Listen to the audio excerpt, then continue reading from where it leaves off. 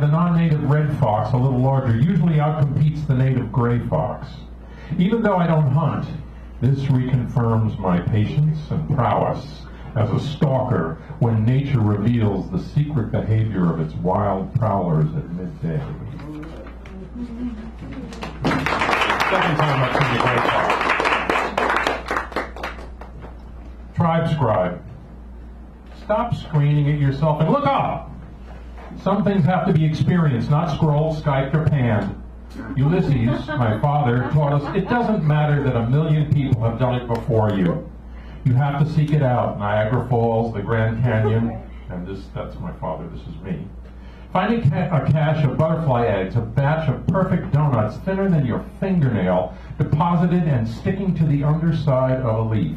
For us, it is a choice, but we're all designed to propagate, cycle the seed. It is the difference between hearing someone else's music and playing those notes yourself. The difference between just reading the words on the page and sharing the poem out loud with a group of people. Yeah, look. Yeah.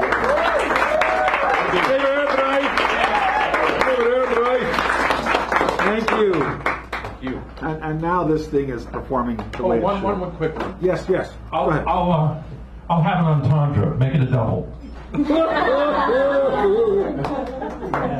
there was a that reminds me of a joke, but I can't remember the punchline, so I'm not even going to bother starting. Great story. The cowboy. Never mind. All right, Mr. Charles Curtis Blackwell is in the house. Give this man a round of applause.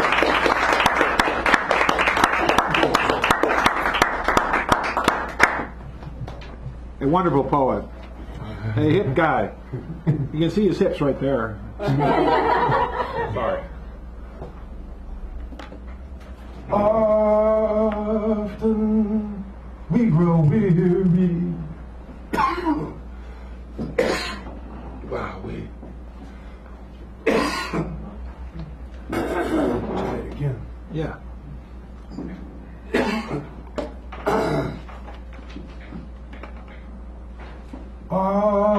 Often we grow weary, and we find no resting place. Oh, come to him in weakness. He will hear your humble cry. Come Sunday, hear my plea. A woman's agony spellbound to the recital. A lady in gray-green blouse blows salty on a reed. Underneath the cross, looking for salvation.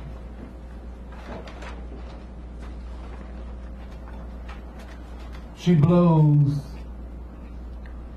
a classical blues requiem for self and all the crowd gathered here beneath the cross, where Jesus once stood.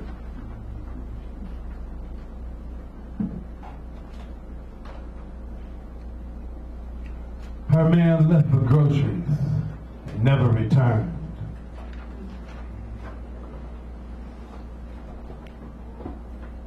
Now, this gray-green lady blows on a clarinet for sanctity instead of sardines and cigarettes. The peanut butter was thick, the sardines smelly and smeared across the pulpit. But the molasses mixed with cognac soothed her soul for days on end. All the crowd drank on their ninth way, run to and run free. Justice for their own asking.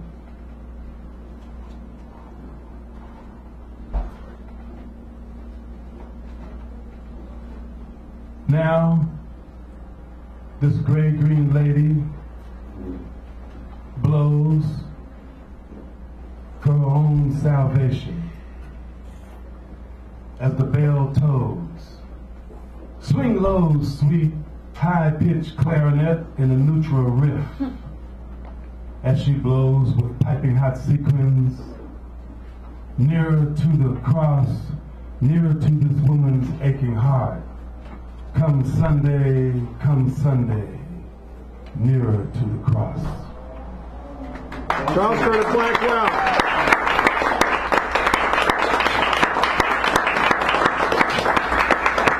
The well-known melodious voice. I love that guy. I have a CD. Do you have copies of your CD with you? No. Gewalt machen wollen können haben sagen. Anyway, when he comes back, he'll remember to bring a few of them because my wife and I listened to. Oh, let's listen to our friends' stuff, and we did. It was very nice.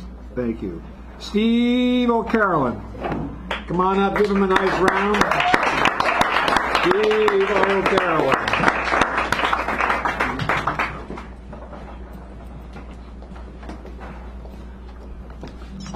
My mother used to tell me time and again that I had to learn tact to stop hurting people's feelings. Mostly I have learned. I never say anyone's writing is less than stellar. Like my mom used to say, a cliche as worn as an old buffalo nickel in your jeans pocket when you were a gawking kid. If you've got nothing nice to say nothing at all. I was seated in the Trieste. Jack Hirschman rose up like a mountain and approached me in his white coat and Aristide Bruant red scarf and his beret at all costs with his mustache almost as bulky as Nietzsche's. He got to me.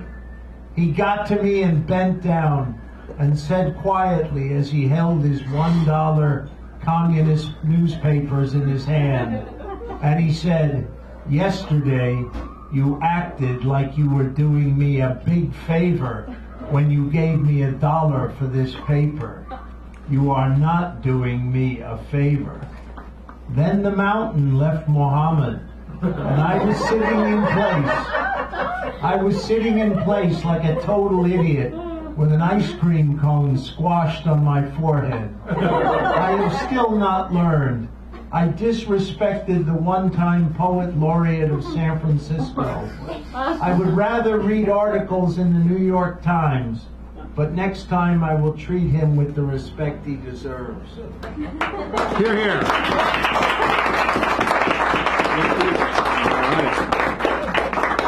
I have been a baker of bread from the days in Boston to the sylvan haunts of Irvington on the Silver Hudson. I bought a book called The Tasahara, a Britannica of knowledge from a secret valley in the Big Sur Hills, protected from the ocean, but exposed to the ravages of fire and once almost wiped out. I remember I washed my hands twice like a surgeon, and I mixed the dough, and it was a mess as sloppy as afterbirth, a collection of wet slobber up my arms to my elbows. But out of the chaos of the predicament, eventually the 4 loaves of the evangelists would emerge from the oven. My mother and I would slice them steaming open and put on pats of butter with the salt of the earth. And then we couldn't tell if we liked raspberry jam better or Dundee orange marmalade. Ooh. Once I was alone in that big shoebox of a house, and my parents were driving on a vacation in the west of Ireland. I put the ingredients together in a stainless steel mixing bowl. When I look back, wow, the flour was arranged inside in hexagons, like the organization of a beehive, as if my ingredients were mud luscious and alive.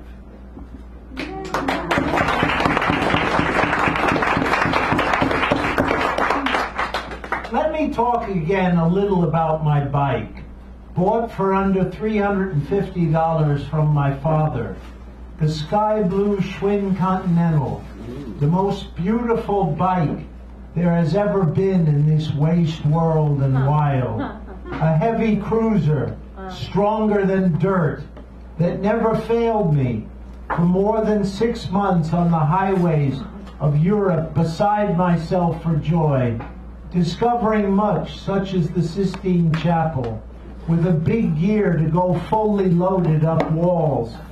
When I said goodbye to the guru yogi Jean-Marcel Anselme, we were near my Schwinn reposing on the ground down the hill from his home. He said, "Its color is like the sky." I snatched it over my head and said, "No, more green," and put it down again. He said, "Where in this world are you going?" I moved my arm up and down and twisted like the world was limitless. He pointed at the bike wheels and went round and round like the bike is just a little game compared to the great work of rescuing the self in the disciplines of yoga. But I left anyway. Wow. Thank you. Steve Carolyn. Tell you, we know how to kick ass here. Anyway, an advisement for those people who are about to come up. We now have 25 people on the open mic list, so try, be really careful with your time. I let this go off. It goes beep, beep, beep, beep, beep, beep. And if you're not done, I always say finish, but if you're going to start turning pages, hello. So, say, "Oh, I'll finish next time." But anyway, so, Romy, come on up. Give him a nice round of applause. He's just there. Oh, there he is. Thank you. And just to while he's coming up, I'm going to read the next 5. We have Romy, of course, coming up now, then Grady, Stephanie, Jennifer, Dinty Moore, Hal Robbins before Val, our wonderful feature of the evening. Is it me, Ray? What? Is it me? Yeah, it's you.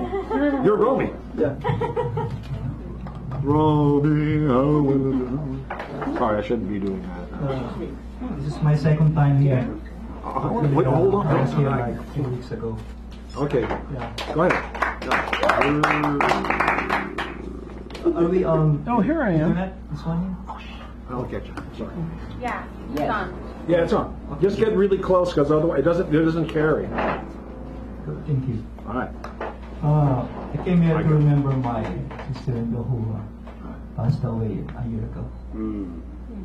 The title of my poem is Cindy, July 27, 2016. Time moves quickly in the rain and chokes the world in tears. Shall we accept the touch and dispel the deserts of loneliness? Embrace the memory after you pulled that infant out from the dark into the light. With hands that wrinkle the bedsheets towards his mother year after year. You had a summer, you had the hour of glory until darkness. I'm beginning to believe in fate, in the circulation of ash inside a bone, fluttering along the pavements like a broken record player. Do we really have a purpose in life? Do we need a reason? Do we need a reason? As if we have nothing but a globe of sunlight and the wrinkling hand of time. In the past summer, the hourglass yatters as you cross-stitch the seconds into days. The tinkling sound of shells you run together into a glistening jewel. I heard it in the percussion, the ivory and ebony keys from the pianos you played. No outrage, but swift transport of melody. Like the rain you remembered by your sons, daughters, and your husband. Faith is strongest if we welcome the rain with open arms and chokes the world in its nakedness. There is no future if the past is helpless, detached. Let us grow them out into the present, smooth by your guiding hand. My sister-in-law was a doctor of medicine and guiding. delivered a lot of babies during her time.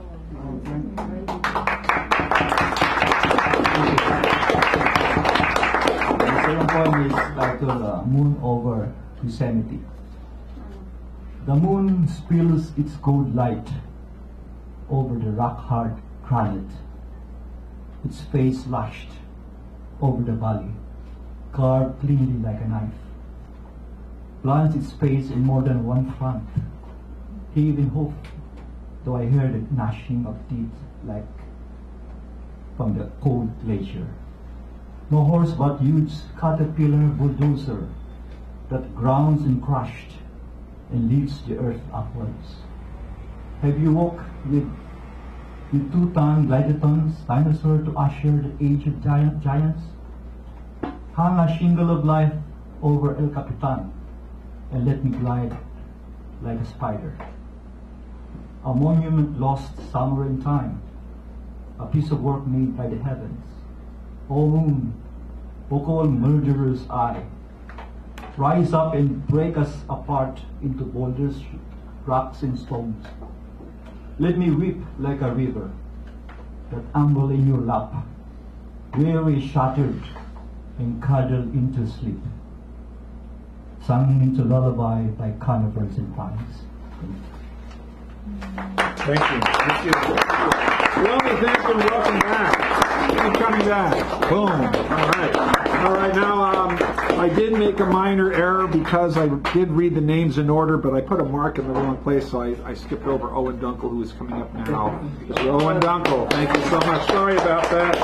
You had to tell me that he was forgotten. I do today. Whoa, whoa.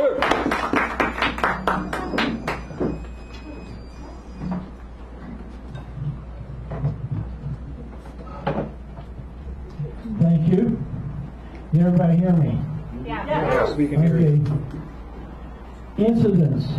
If language like a hawk flies and flows to the heavens, the small jest stays in my cupped hand.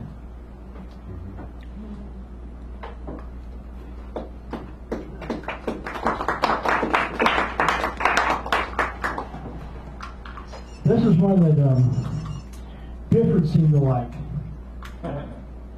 James Liddy, a memoir. James Liddy was a creative writing instructor I took 2 classes from at San Francisco State way back in '68. He was a native of Ireland, County Roscommon, a poet and a barrister. He held classes in a small cottage on Waller Street in The Hague. He liked my work and we became friends. He was honest in his criticism of my poetry. "Oh no, Wally, they're on an ego trip," he would say of some rivals. Stan Rice, the late Stan Rice was one of his rivals. "I was a pale goblet stem of a boy, a pale goblet stem of a boy indeed." Decadent rubbish, Wally. He was honest with me concerning my poetry. "That was bad, Wally," he said of one of my poems that tried to be mystical in an Eliot-esque way, but ended up being vague and semi-nonsensical.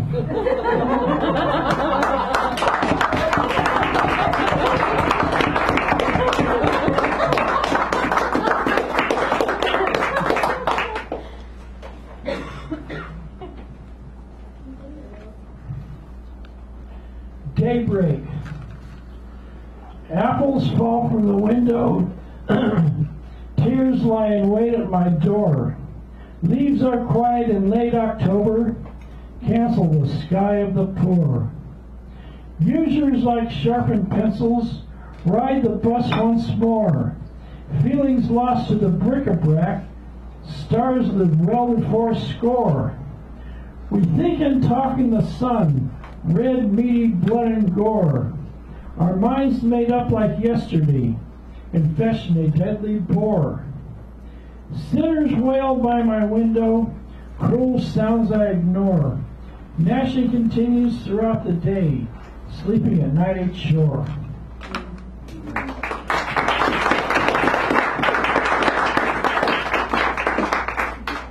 Noon. The poet, like a Spanish shepherd, sat in the sun. The sun, that hot, tough straw boss, cries of the shade of the trees, acquiesces to the fair banks of the leaves.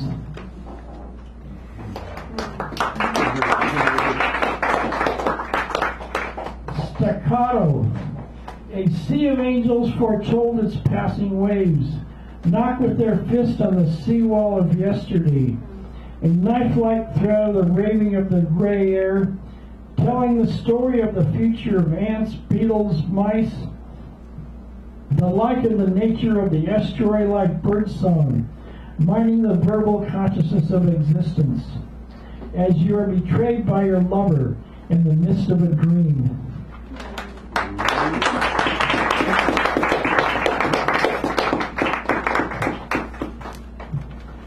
Vacancies. Every tree the great iron cattle core car, the L passes. Every true San Franciscan rides the L car, or he is probably from some other hemisphere of space, of time, born not of great iron nobility. The new muni of now to eventuality, past to stolid sunny Castro Street, the iron muse Epictetus of the dawning driven 21st century, the Rococo inlaid church car, the 37 bus to great gone busy hollow Haight Street. Thank you. Thank you.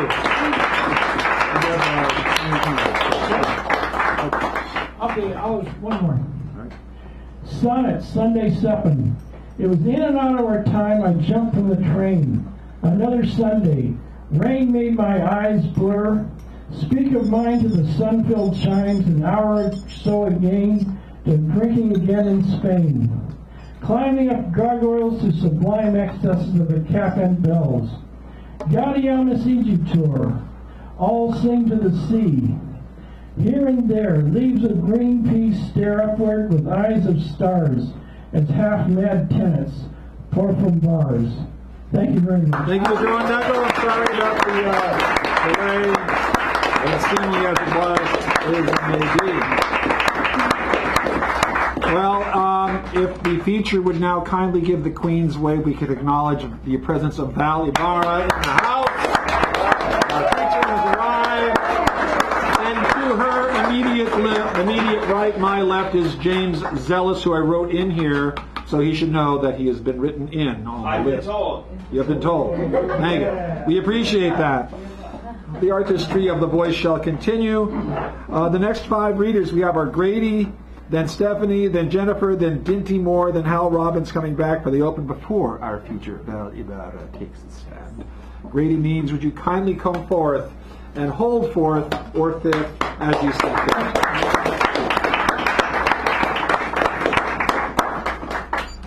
Well, this poem is a poem that I wrote many years ago when I finished a book called The New Enlightenment. And get close to it because otherwise it won't carry. And the book was focused on the nature of God and religion. Unfortunately, the poem became more literal than I expected, less of a metaphor. Innocent bystanders. Officer, officer, I saw the whole thing. The guy drove right up on the curb and just mowed all the people down. Sure, I know who it was. It was God, clear as day. Driving a brand new white Cadillac Escalade. Custom pickup with chrome wheels. Practically blinded me. White hair, white beard, white robe. Cruising down the street brighter than a 1,000-watt bulb. Acted like he never saw a soul. Never slowed down. Never looked back. Just smiling, humming a tune to himself. And he came back again, down the other side of the street, full speed. Jumped the curb, mowed them all down. And the people just lie there and die with the strangest look on their faces, somewhat between shock and puzzlement. He does this all the time. You know, he doesn't even have a license. But nobody can do anything about it. He never gets stopped or pulled over. And every time he's out driving, the church bells ring out the number of victims, and God waves and smiles to no one in particular. There are a lot of gods out there driving today. Same deal, mowing people down, but I like this one the best. And none of them seem to see the people or care about the carnage. They just smile and hum as if the people were not really there at all. God doesn't even know he's driving or hitting people. He thinks he's in his living room drinking a soda and watching a TV show. A show about a hero who saves a town of poor and defenseless people, but who dies in the end. And it makes God cry to see the hero die, because the hero is made up, and he will never get to heaven.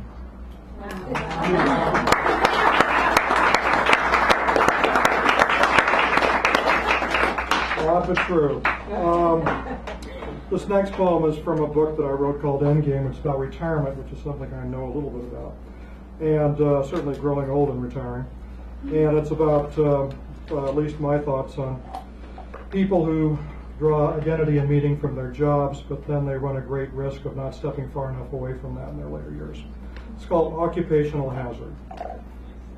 Childhood, a paean to the church of boredom. Ceaseless movement with learning, becoming, playing, trying, succeeding, failing.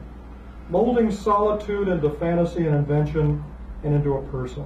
I found diamonds in the yard and precious gold in cardboard boxes, and many secrets of the universe as I smeared mud across my face.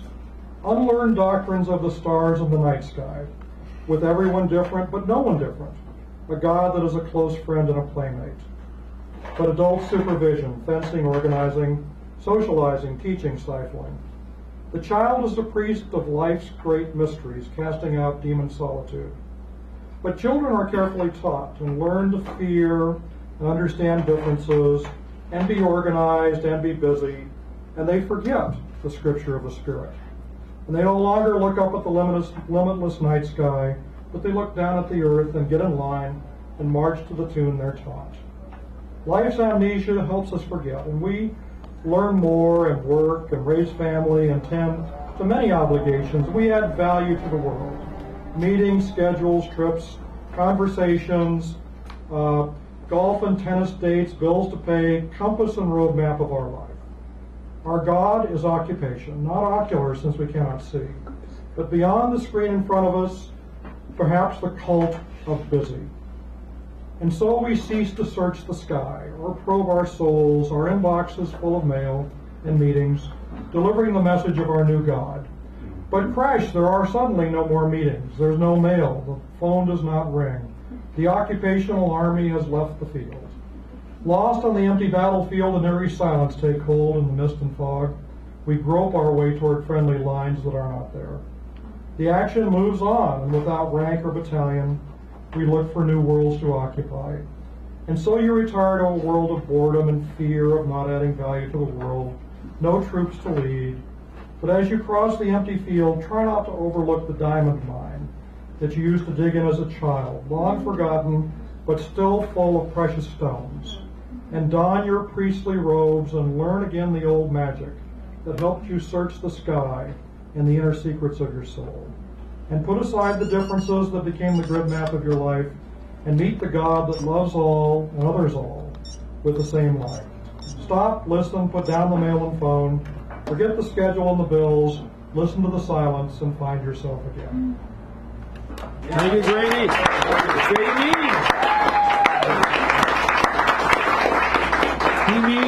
He means what he says. Let me just. I'm going to read the next 5. I was wondering if there's a chair around that I could put here so we could actually do the on-deck procedure process. Is there another chair out there someplace? That way people who are next can be here. Yes, perfect. Stephanie Manning, you are the next person on the open. And would Jennifer Barone kindly take the... Well, we need a... Is there a soft? Oh, well, this is, well, I don't know. This is like the on-deck thingy, so... A little lower. Yeah, we need something. Well, anyway. Still big, Jan. It's still big.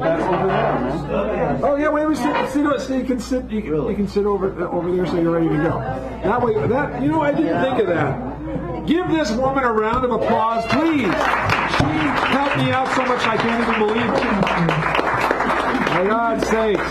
I'm back from Yellowstone, and so I thought I'd read one from the book about Don Brennan and his poems, Extraordinary Pleasure, that Dan Brady and Clara Sue put together. And this one is called Stardust, really, and we saw stars in Yellowstone. And this is by Don Brennan.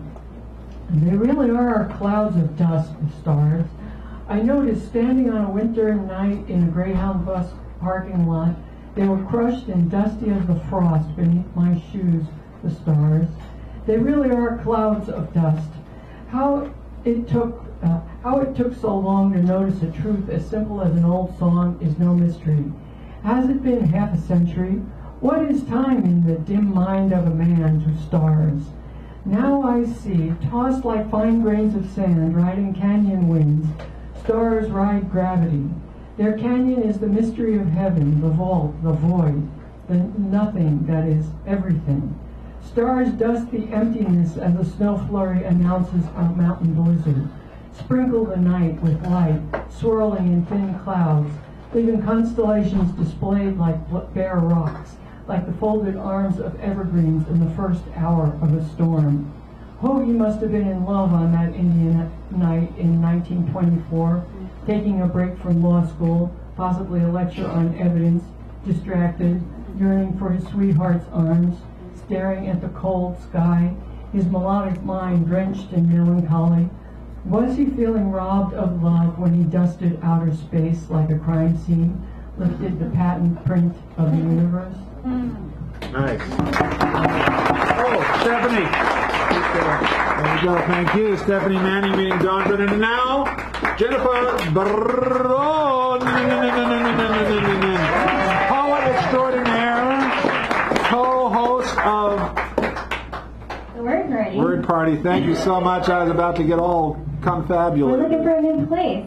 It's coming along. All right. In January, I went to Vietnam with a friend, my best friend, who escaped the war when he was 7, and my father fought in the war, so it was a very strange trip. Mekong Delta. Rivers that led you away, the same my father trudged through, a gun over his head. The channels you escaped through, he was protecting. The same water that carried you in the bottom of a boat emptied you into an empty canvas of sea in search of anywhere. The same arteries that led you to me led him away in night terrors, drowning in tides of darkness. Rivers that led us to each other in ways we never imagined. We navigate heaven and hell alone together. The pain of departure, blood through fingers that flow the path of least resistance. Let them wage war without us. These rivers only lead to ourselves. The ocean does not know it births new life, carries us away and back again. We are not safe anymore, uprooted from earth, left floating at the mercy of the currents. If we do not leave, how can we recognize the things that change, the things that never change? Nice. Jennifer Barone. Thank you. Little does he know, at night you would have dreams of becoming a two-headed beast, with genitals of both man and woman, able to make love to yourself. You never asked to be a woman, with its heaviness and its shame. At moments you don't realize your breasts are there at all. They could be lumps of clay ready to be resculpted. You allow the misunderstood snake to spiral up your tree of knowledge, sparking sacred alchemy, combining your thighs until they fuse into a mermaid tail, until the moon and the sun and your mind become one and the same, leaving behind those sour apples for somebody else to pick. You trade in the pain of duality for absolute freedom, turning yourself into a new creature that's undefinable, one that could love yourself completely.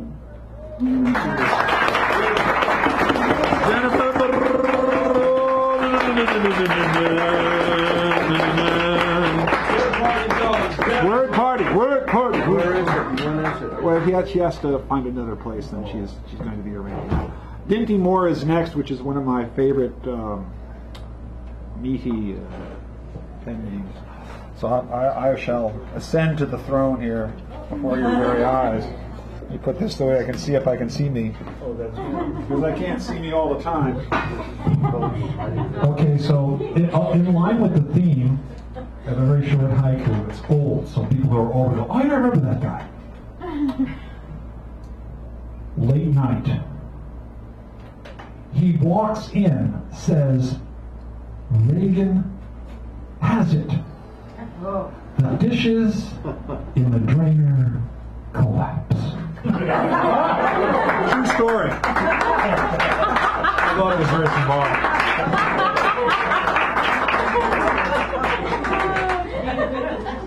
A or B? B. Okay. Not A. That's what the A. All right. Oh. So this actually is two things.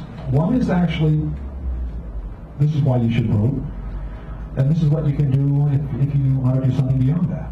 So, anyway, I'll start with the first one. Send in the clowns. True story. It would have been ordinary. By that I mean when the notorious VNN, Vanguard News Network, a skinhead neo-Nazi/KKK movement, organized a protest trying hard to work up a headline in Knoxville, Tennessee. It was a no-brainer. But this time they were met by the opposition, the 100th ARA Anti-Racist Actions Clown Brigade. So it was clowns versus Nazis. Alex Linder, the Nazi organizer, kicked off the action when, incensed with white-hot anger, he charged the clowns, who were probably mincing about trying to tap dance in their big red shoes or busy blowing up balloons. But he was dropped by the bag of filth that he was by 4 police officers who dragged him off kicking and screaming. Not to be deterred, however, the remaining Nazis chanted, "White power! White flower?" The clowns cheered in reply. As some gaily ran in circles tossing flour into the air, others raised up a set of letters to spell out, you guessed it, white, F-L-O-U-R. As yet unfazed, the Nazis again chanted white power, and the clowns stared, conferred, realizing an error had been made, promptly cheered white flowers, as some tossed a myriad of floral samples into the air, others cavorted and disported with good humor, demonstrating a willingness to find common ground. White power. The Nazis tried to clarify the message. Oh, the clowns chanted, tight shower, tight shower. As 2 held up a shower head, all the others valiantly tried to crowd under it. After all, they just wanted to please. By this time, the Nazi eyes were bugging out, their voices were hoarse, and a few were clutching at their sagging breasts, trembling with rage. Imagine that. In a final attempt to get their word out, a few formed a line, stepped out in front, and with every mighty muscle of their so-called brains, every fiber of their bestial being, they beat on their chest, pulled at their hair, jumped up and down to give it their all. White power, white power. At this ape-like display, the clowns seriously took pause, stared. It was a delicious moment. Oh, the women clowns said, white power.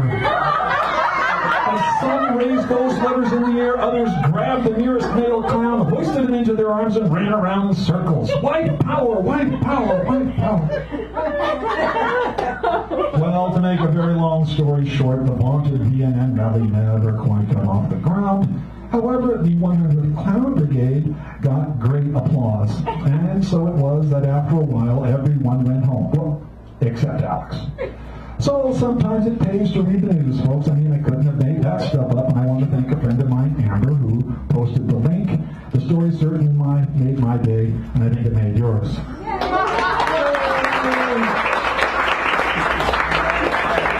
So that's the kind of thinking we need a lot more of. Thank you. Clowns, anyway. So this is, and if you decide to ignore the impetus of this moment, we might wind up with this. Go on. Into the city, the sands have settled. Up high in the night sky, the broken moon hangs as if waiting for a cloud. Under its cold light, drafts play in the dust between empty buildings which glare through darkened doorways or jagged, misshapen windows. There are still people here, hidden, a sparse few of the once millions. Who sees the shadow moving back and forth among the ruins, a solitary figure indistinct, furtive long after evening has turned to night? Lonely. Only the sky tells the hours now. At the calling of a lone bird, the shadow turns with its man. Cold branches are picked for their potential, though this place will not be home. It is finished with people. The vast array of buildings and streets is quieting, whispering its very last breath. It is a city of sand, with a grief as vast as its silence. Someday, soon, no one will know of it. No one will do the telling or ask to hear its song, which is why the figure is as mute as its shadow and chooses to wander, so long as choice remains not choosing. Thus, there is no home in this city, fast by the great and peaceful sea. Only ill-scented drafts touch what has now become a stranger to hands, where the curling whistle of the wind sometimes seems to be the only thing like calling of what might be a name. Thank you.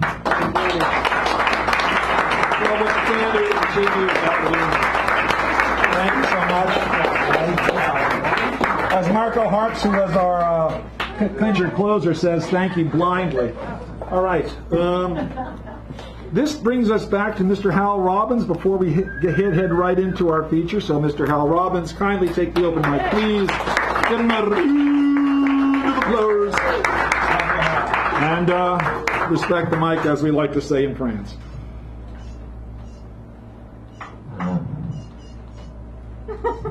Bat by Randall Jarrell. A bat is born naked and blind and pale. His mother makes a bucket of her tail and catches him. He clings to her long fur with his thumbs and toes and teeth.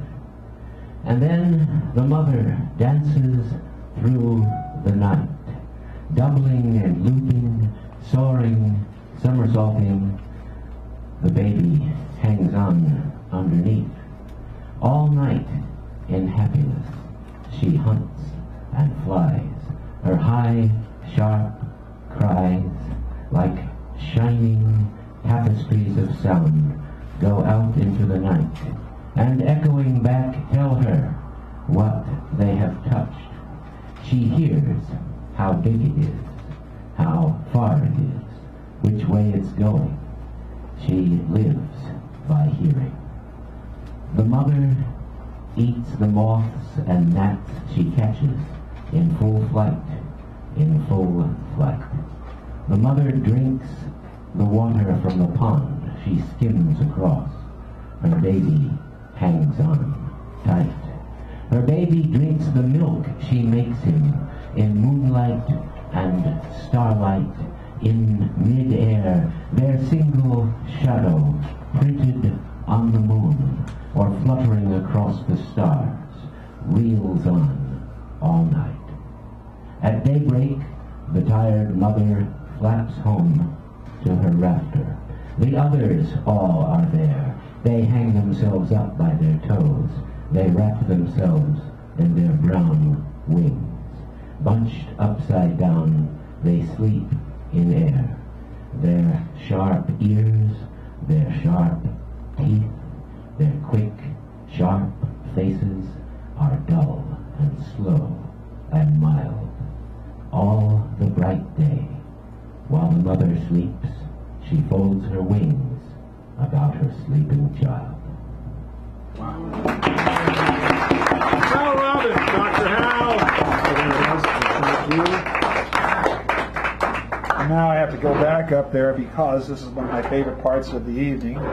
Get to publicly brag on someone while they go. Not really. Val Ibarra is our feature of the evening. Give her a shout out right now. Go.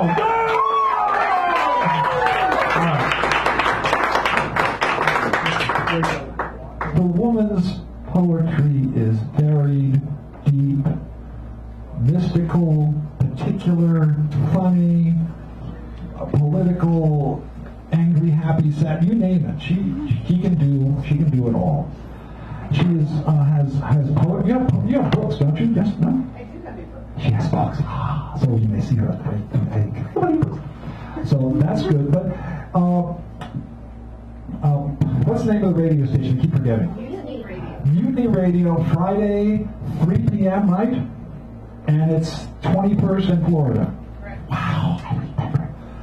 It's a great open mic, streams live audio to the web, and she's the host there, and she makes it a real happening place. You get to hear, well, you don't always read your poems there. You do sometimes. I usually read it right at the end of the show. Okay, all right. So, but you're going to hear, it's just great. It's just great. She organizes, has books, she's gotten prizes, she's part of so many, a good part of the poetry scene. I'm fumbling up here because there's so many things I would like to say. They're all good. But why listen to me any further when you can listen to Val Ibarra?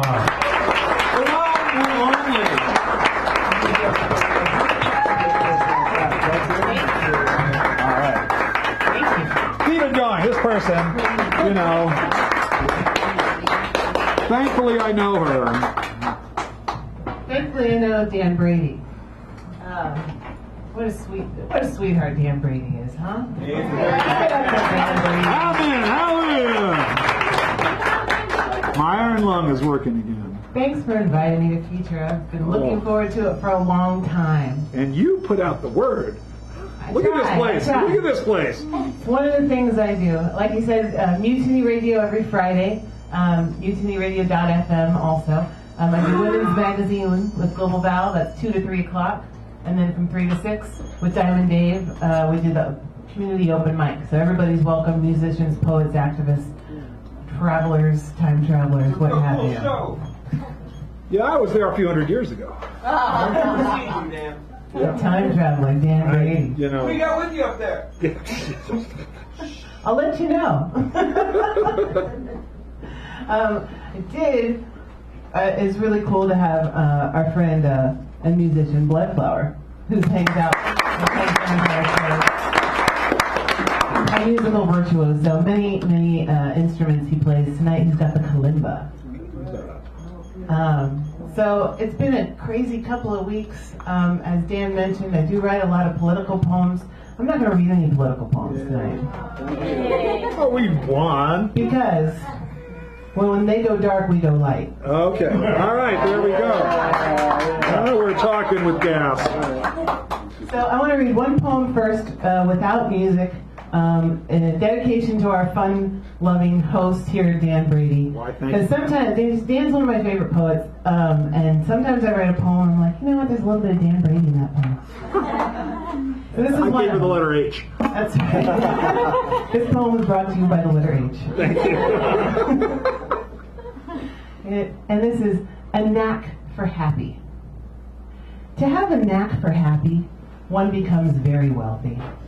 Fields of fun, meadows of mischief, grams of goodness, kilos of kindness, loads of laughter, parcels of perception, acre upon acre of astonishing moments.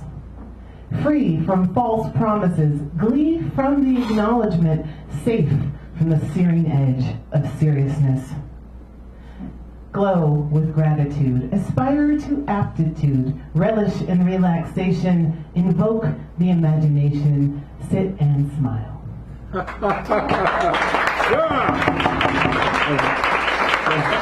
don't want to knock the bottle off. Put it over here. All right. So I think Bloodflower's cool. Bloodflower's really cool. He's gonna play, and we're gonna take you on some sort of maybe a celestial journey tonight. Cool. We'll see where we go. You guys ready? Yeah. All right. Well, we always start at the beginning, and this is the only preface I'll give tonight. I was born about 2 blocks away over at St. Mary's Hospital, right across the street from Golden Gate Park. So, to start at the beginning, we're going to start with my birthday. The earth caught me as I latched onto its spin. A warm gravity carried me in. I collected cosmic karmic particles and tumbled into a soft room. later removed, uncovered from an afternoon dream, shaking from the sunbeam, glowing a shock of dark hair, rising to greet the trees across the street.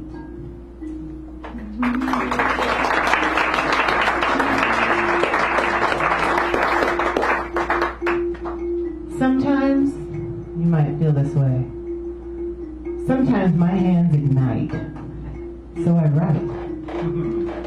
Surges of vibrating pulses come bolting out of my palms, must release what's being held for consideration of overload or combustion.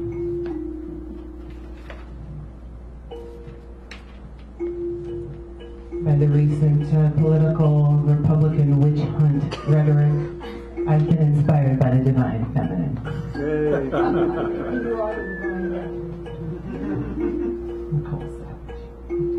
This is called calendar. They've tried to redefine time by putting it in a straight line and calling it clockwise. Digits in sequence winding and waiting down the red line conveniently painted on the pavement. It's an order of artifice, carrying an air of correctness until it becomes questionless, when in fact it has supplanted actuality.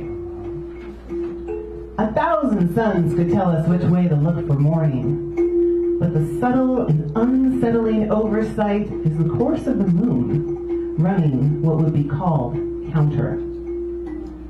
But clearly it is the marker, orbit and watcher, seamstress and friend, putting the pattern before us.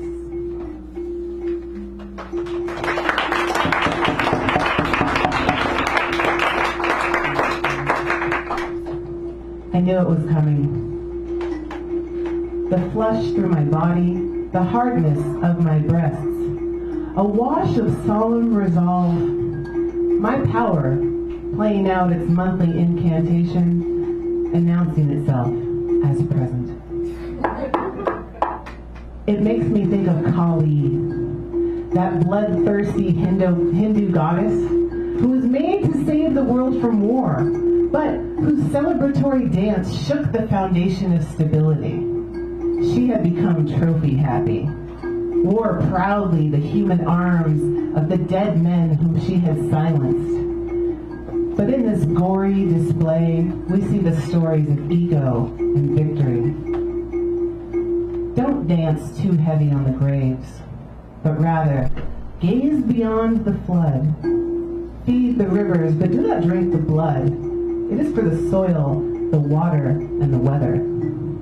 Benign storms only endeavor to remove debris, resettle it in anarchy, distribute seeds generously, even those with thorns.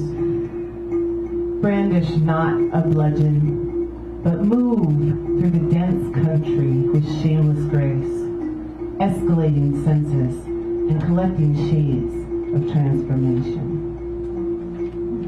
Wow.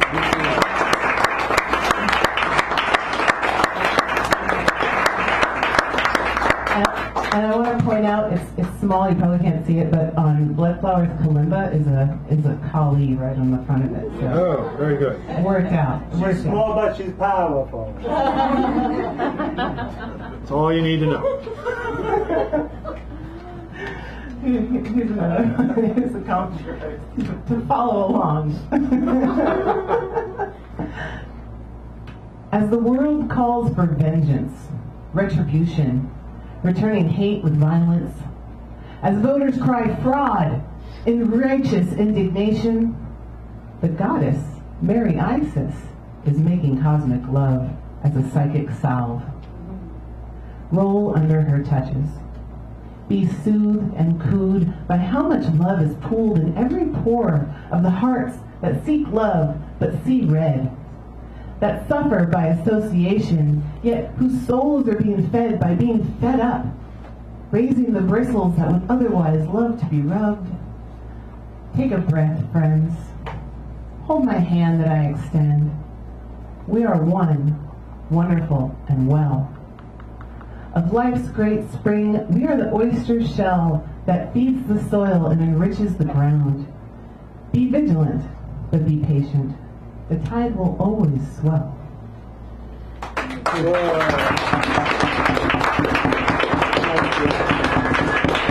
What she just said. Are you going to need some music for this one? Whenever you want to jump in. Oh, right on. Yeah. Improv. Luna obscura. Call it the filter, the lens, or distortion. Clarity lands in belief of proportion. How squat is the mountaintop? The band of silver line? How beholden the waters to an inner light? It's all within our limited sight. There is little depth to human perception, that is, of vision. All light bends, and we are deceived by the shade. The hue grabs our attention and leaves us suspended in our own dimension of what we think is true. To form the essence of our understanding and our pure curiosity at the magnitude we can detect but cannot see. Yeah.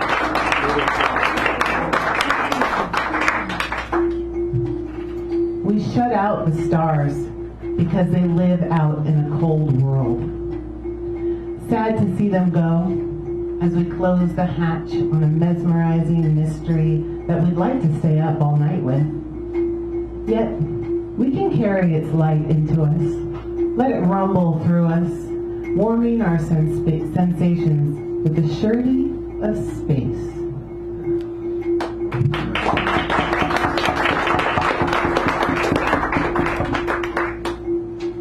Rolling right along here. Hat Creek. The sun came fuller into the sky, and I slowed down for a long draw. Body at play in the lilting curve of an arc, mine is a slow slide, hugging to the shores of summer. No rush, except for that of the creek, which softens my skin, carrying overcharged particles that it pulls out of my feet in one eye-opening tree swaying in the blue sky's moment of cleanse.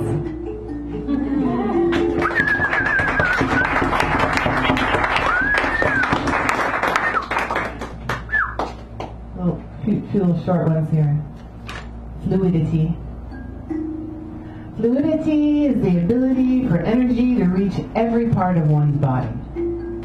It is my intention to have that reverberation always at work inside me, through blood and nerves, bones and words, and especially when I'm sitting silently.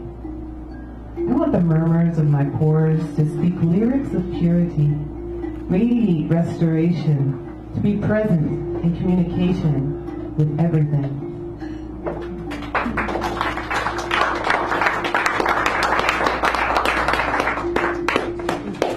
Oh, sappy tree, you ooze.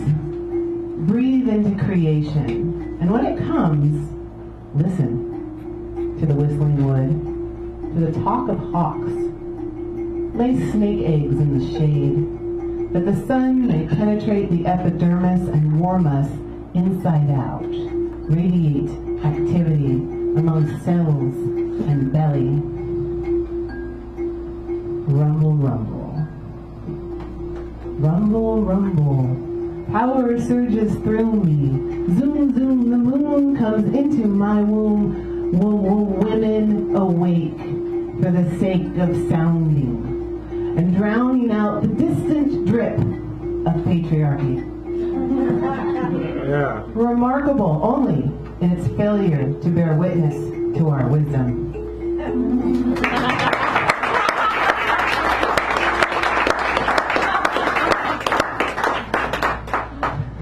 Oh, brother. Oh, brother. I'd like to take your hand and tell you it's all true. All the sources of the pain. Let's pull the plug and let it drain. Find forgiveness in the rain. It'll start to fill the pools. There'll be a lightness to your blue. We can all start anew.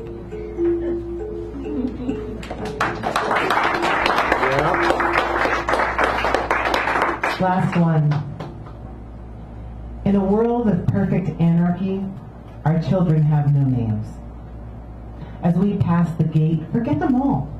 I am mother, your daughter and son, and soon we'll be free to adapt and adopt whatever and whomever we wish to be. Thank you so much.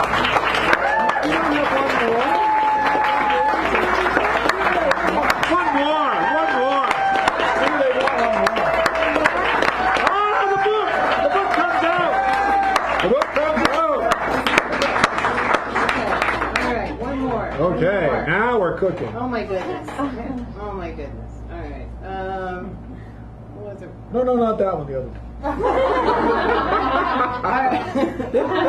Okay, got it. Yeah, I know. Dan Brady's so helpful. I love Dan Brady. Thank you. Okay, I'll stay on theme. Yeah, so this is my book I made a few years ago called Shaking Out the Smoke Screen. This is from a trip to Cuba. I went a few years ago as part of it was a licensed trip, actually. It was a little research delegation, so I was there legally before it became legal recently, so that was kind of cool. I'm staying in Havana, and the city is surrounded by the Malecon, the big stone wall. This is La Luna y la Malecon. Moon over the Atlantic.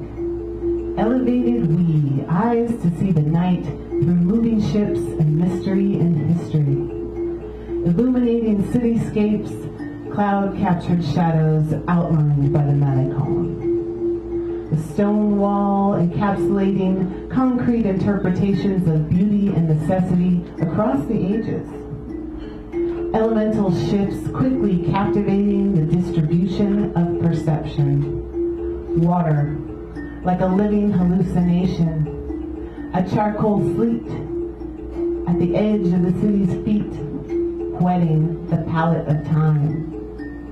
Everlasting motion, same moon over the shifting ocean, and the ever-embellished shifting of mankind. Wow. Everybody! Come on, let's go! Woo! And blood flower on the kalimba. A duet. Special just for you. And books. A flyer for Mutiny Radio. I have quite a few. It tells you where where we are and how you can find us. And you're welcome to come in person or sit at home and listen to whatever we talk about. Yeah. Do another round of statistics. We have books. Remember this, ladies and gentlemen. We have books.